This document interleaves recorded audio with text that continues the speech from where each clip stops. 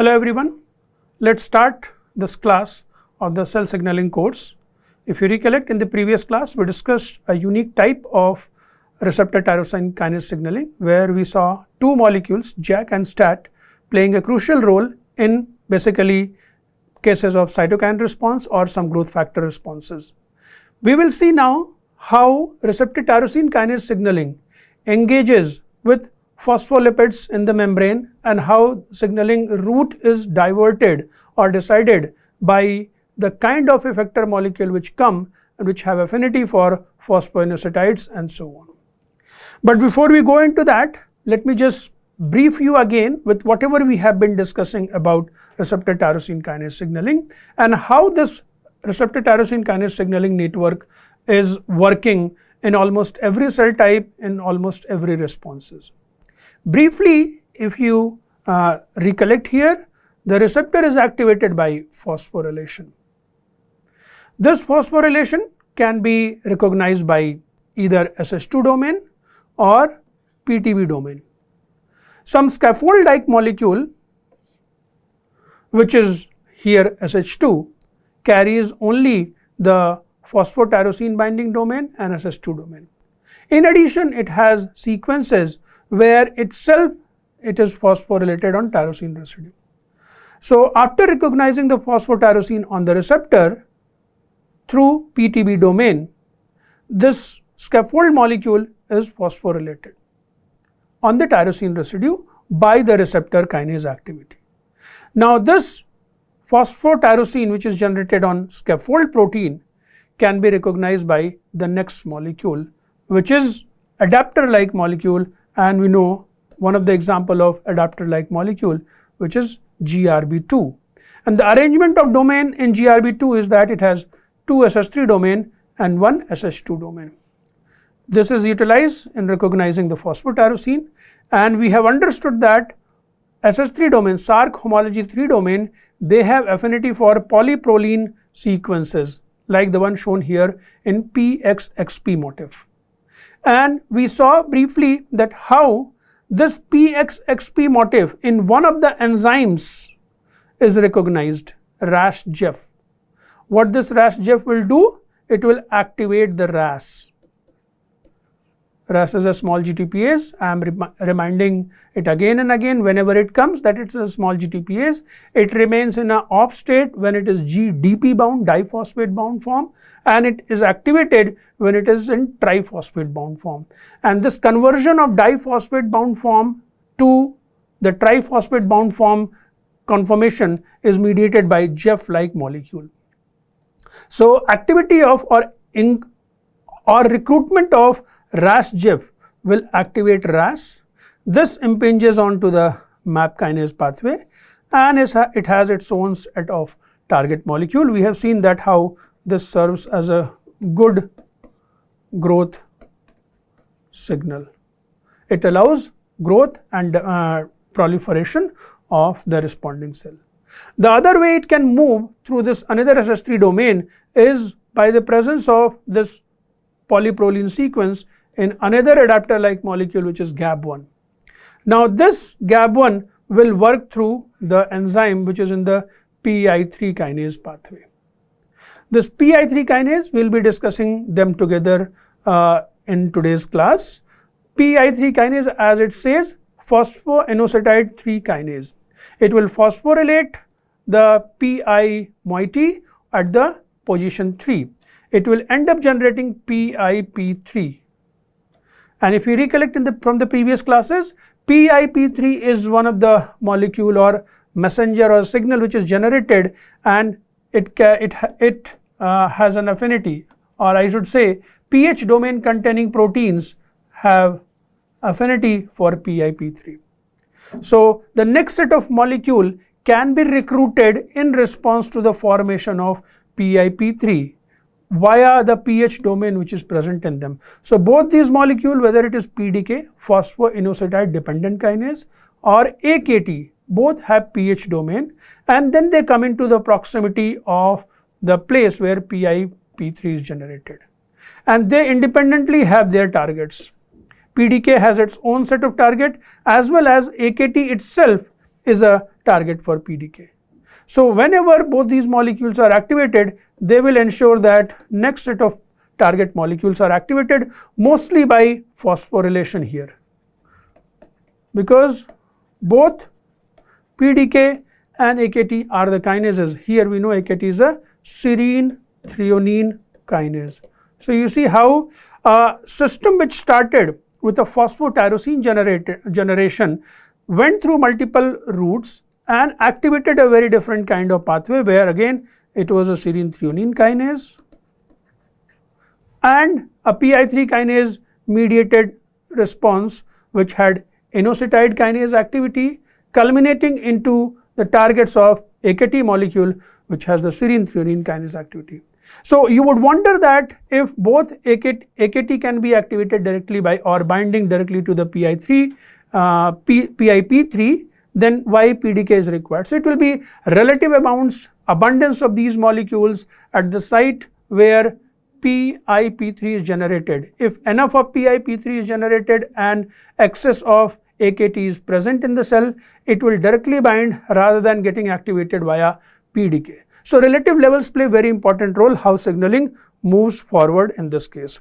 Let's see some example of how receptor phosphorylation dependent downstream signaling moves forward, and we'll come to the phosphoinositide signaling in the process. So let's take an example of a receptor which is like this, and I'll just make a dimer because we know that one of the early events in the signaling is receptor dimerization and phosphorylation. We are taking example of the receptor which is in the family of platelet derived growth factor. What was unique to these receptors that they had a split kinase domain. What is also referred sometimes is that they have a kinase insert sequence.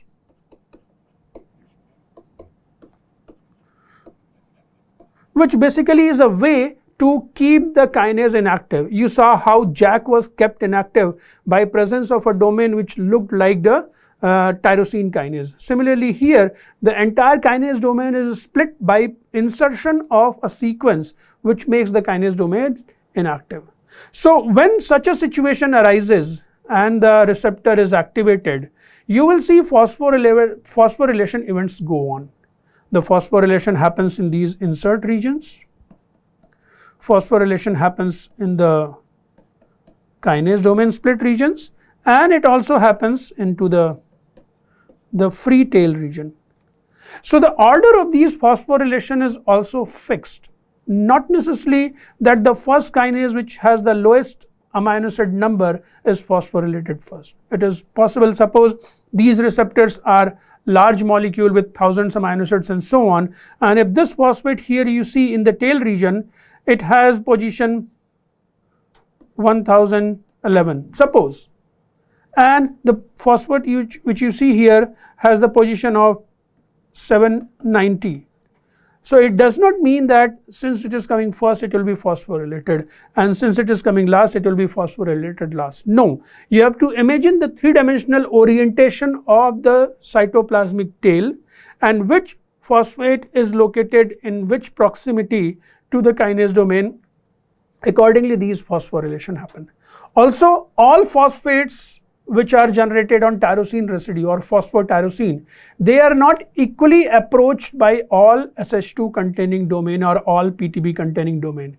There are some specificity for one of the phosphotyrosines which are generated, as well as what will play very important role is the relative abundance of these effector molecules. I am emphasizing this again and again that relative abundance of these phosphotyrosine binding domains will drive the signaling. So for example, if you look at these, if I say the phosphate on the tyrosine residue which is generated in the kinase domain, that binds to PI3K regulatory subunit, we will see the arrangement of PI3 kinases. So, there are regulatory subunit, it will bind to PI3K regulatory subunit. Then if there are phosphate groups which are in the insert region like here P and this P, phosphotyrosine again. So, this is known to be for binding by certain gap domain containing proteins. In couple of classes back, we saw that how adapters, effectors, scaffold, all those proteins come and bind to the phosphotyrosine, and they bring along different domains which help them carry out a specific activity. So, these proteins have gap activity. Gap, what it does, it hydrolyzes GTP bound form of G protein to the GDP bound form of the G protein, thus in some sense making the G protein off, right. So, there is this specific activity known to them.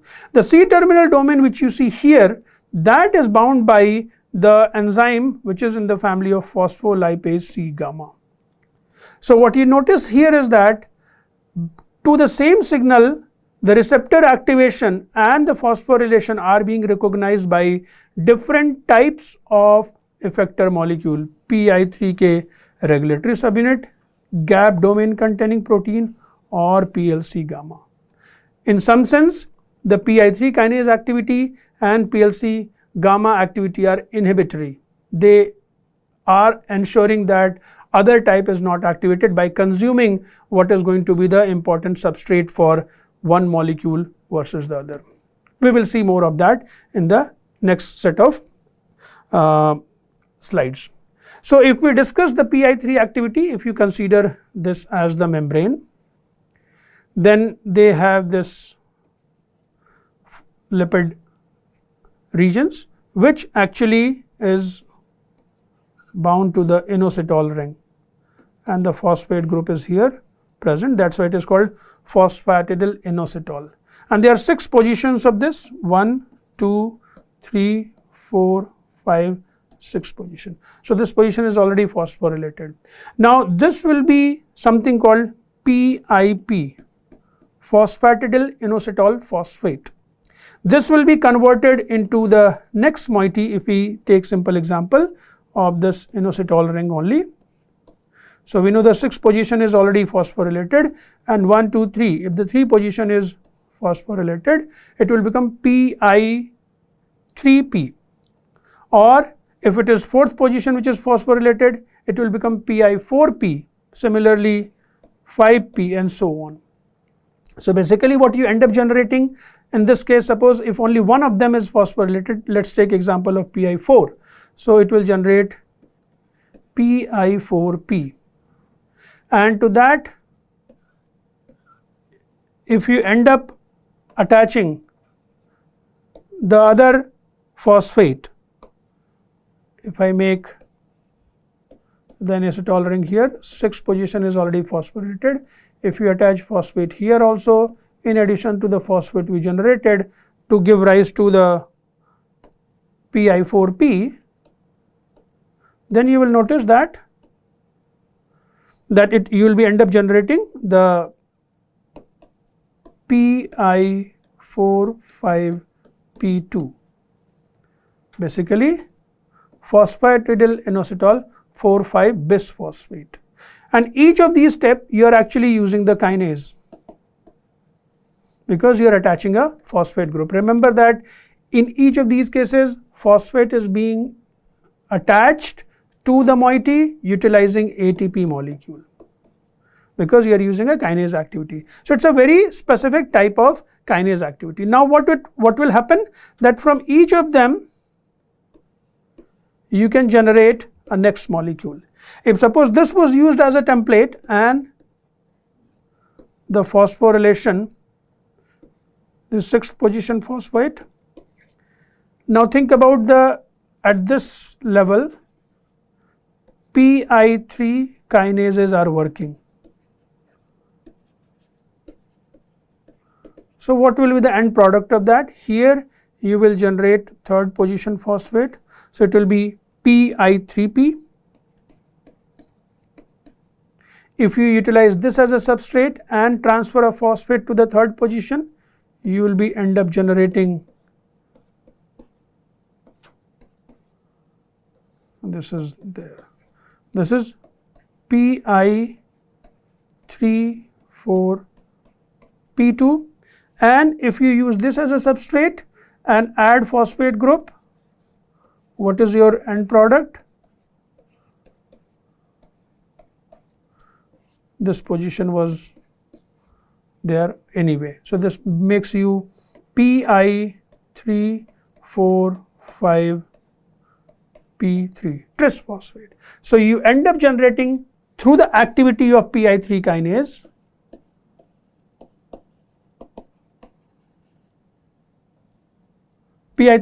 activity, you end up generating Pi3 kinase, Pi3P, Pi3,4P2 and Pi3,4,5P3, right. Remember, these are very important intermediates which are being generated. Recollect, this was a recognition for pH domain containing protein, and we will see how the bisphosphate entity is going to be important molecule for PLC like enzymatic activity.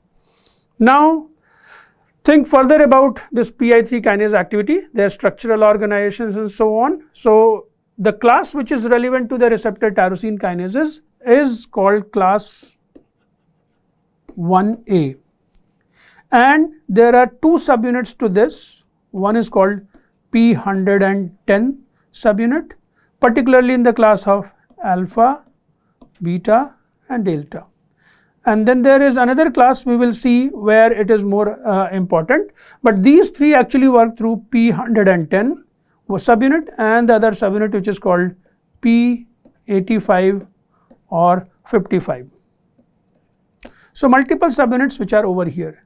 So, the function of these two domains are function of these two subunits is very clearly defined. This subunit has the kinase activity and this subunit has the phosphotyrosine binding activity.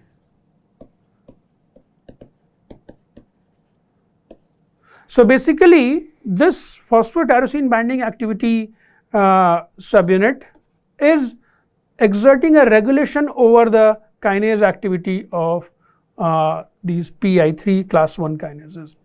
So, if you look at the arrangement of the domains, so in case of P110, you definitely have a kinase domain. It also has the domain which is helping it bind to the lipids, and then it should also have a domain through which it interacts with the P85 subunit, P85, P55 subunit interacting domain.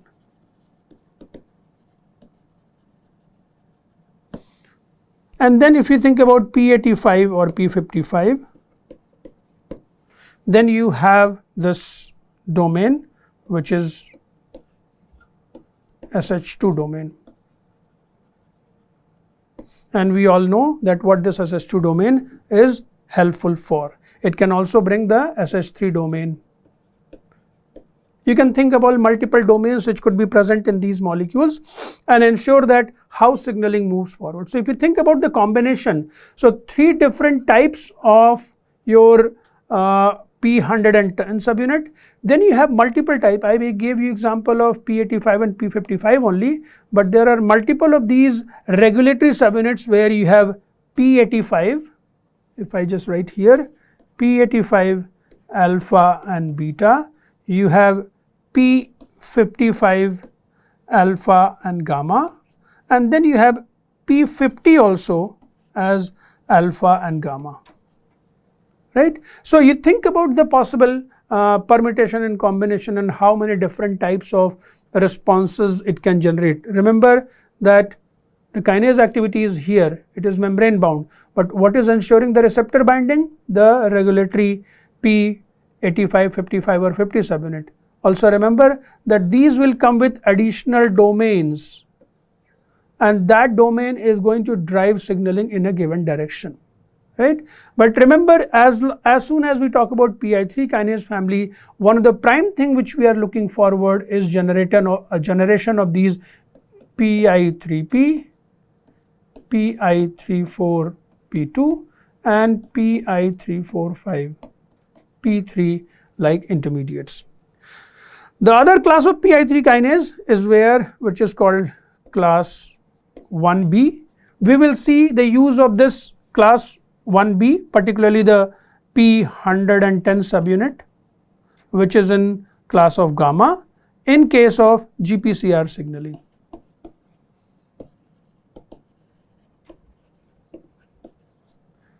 So this is very unique to GPCR signaling. Remember that it should have the kinase domain.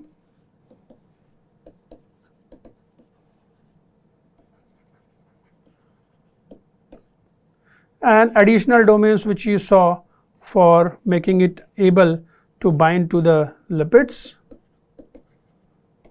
and interact with a regulatory subunit.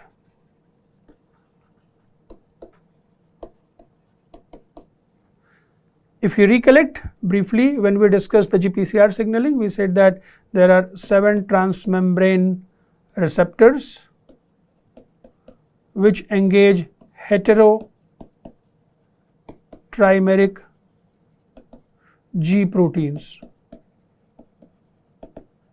and those were G, alpha, beta, gamma kind of arrangement of the heterotrimeric G protein. So in case of these adapter which you have here, the regulatory molecule, they are called P101 type. So here you have P110 gamma which has the kinase activity, and you have P101 which is adapter like molecule, which will be making the entire thing work towards the GPCR pathway. Remember, GPCR pathway will not generate phosphotyrosine, so you will not need an SS2 domain here. Rather, you will need a domain which should be able to interact with next set of effector molecule, which could be the beta gamma subunit or any other next molecule which is being generated in response to PI3 kinase activity. Now let's quickly have a look at how the PI3 kinase mediated signaling moves forward. Now take an example of the receptor which is bound to its ligand. What it will do? It will generate phosphotyrosine entities. And I have told multiple times, reiterating again, phosphotyrosine generation is a signal out to the cell that they are receptive, they have been activated, SS2 domain containing or PTB domain containing protein come and bind. So think about the situation of PI3 kinase mediated signaling, where first molecule which comes and bind here is the PI3 kinase. How it will bind? Through its P85, P55 and P50 subunits. What it will bring along is the P110 subunit, which will have the kinase activity. What kind of kinase activity? Lipid kinase activity. Now what it will do? It will convert PIP2 to PIP3, right? This PIP3 conversion, it is a signal for next set of molecule. What could that molecule could be? The pH domain containing protein. This is pH domain, and if you think about the first molecule getting activated as PDK, what was PDK? Phosphoinositide dependent kinase, right? Generation of PIP3 ensures that PDK is recruited and it has a target molecule. What is that target molecule? Which is independently binding to the PIP3 which is generated here is your AKT molecule, which is also referred to as PKB. In each cases, what is happening? The activation is happening by phosphorylation, and this molecule is active. When this molecule is active, it is a kinase. What kind of kinase? Serine threonine kinase. Serine threonine phosphorylation.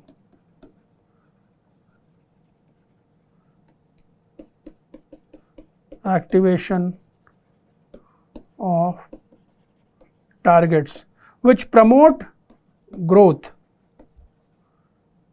inhibit apoptosis. So, PI3 kinase signaling is a growth signaling,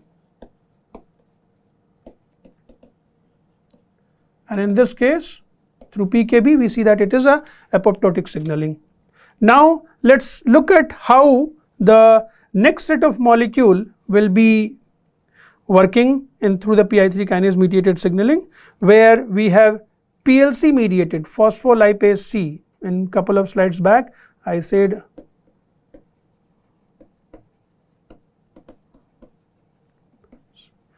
as the name suggests, it is a lipase, it will break down lipids. Now, take a scenario similar to what we saw in the previous slide. You have a receptor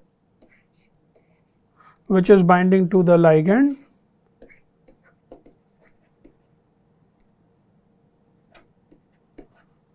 This ligand will activate and generate phosphotyrosine residues.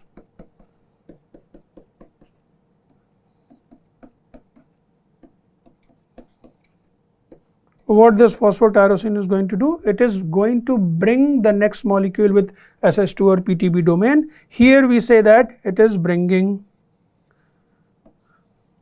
the SS2 domain of PLC. So, this is SS2 domain which is recognizing phosphotyrosine, then you have the PLC-gamma activity. Now, this PLC-gamma, what it will do? It will recognize the PIP2 in the membrane. This PIP2 will be broken down into diacyl glycerol and inositol 3-phosphate, which we know works of its own. We will see more of that in the detail. We will see more details of that in the next set of classes, where diacyl glycerol binds to PKC protein kinase C and activates it, and IP3 binds to IP3 receptors which are present in the endoplasmic reticular membrane, smooth endoplasmic reticular membrane, and they open up calcium channels. So, there is a surge of calcium inside the cytosol.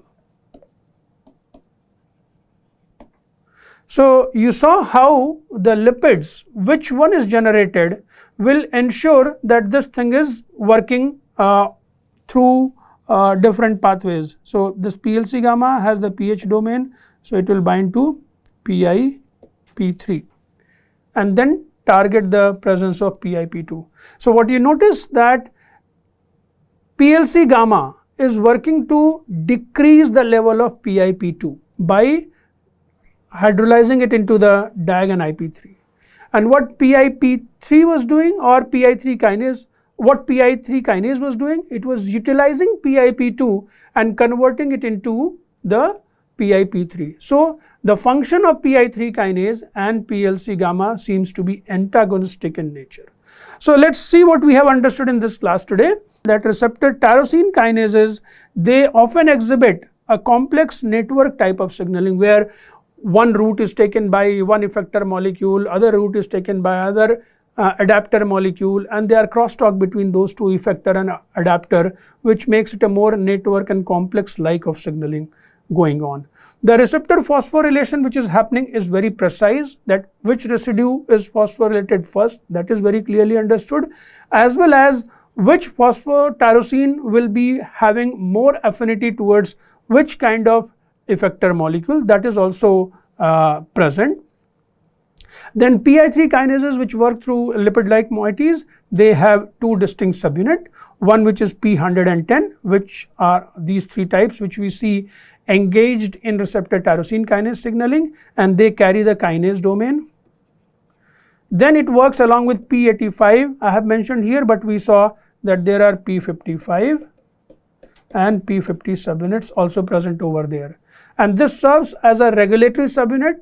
Also it helps bring the PI3 kinase to the receptor vicinity via the use of SH2 domain, where it can now work on the PIP3s and generate the it can work on the PIP2 to generate PIP3. Then we also saw that how PLC-gamma pathway utilizes the PIP2, breaks it down to DAG and IP3, which actually is working in antagonistic manner to what we saw with PI3 kinase. We also appreciated that PI3 kinases are different types, one which works with receptor tyrosine kinase, and we will see how the other one is working with the GPCR pathway, and different types of P110 and multiple types of P85, P55, P50 subunits gives its more complex or it generates more complex outcomes downstream of the receptor tyrosine kinase signaling involving PI3 kinase. Thank you.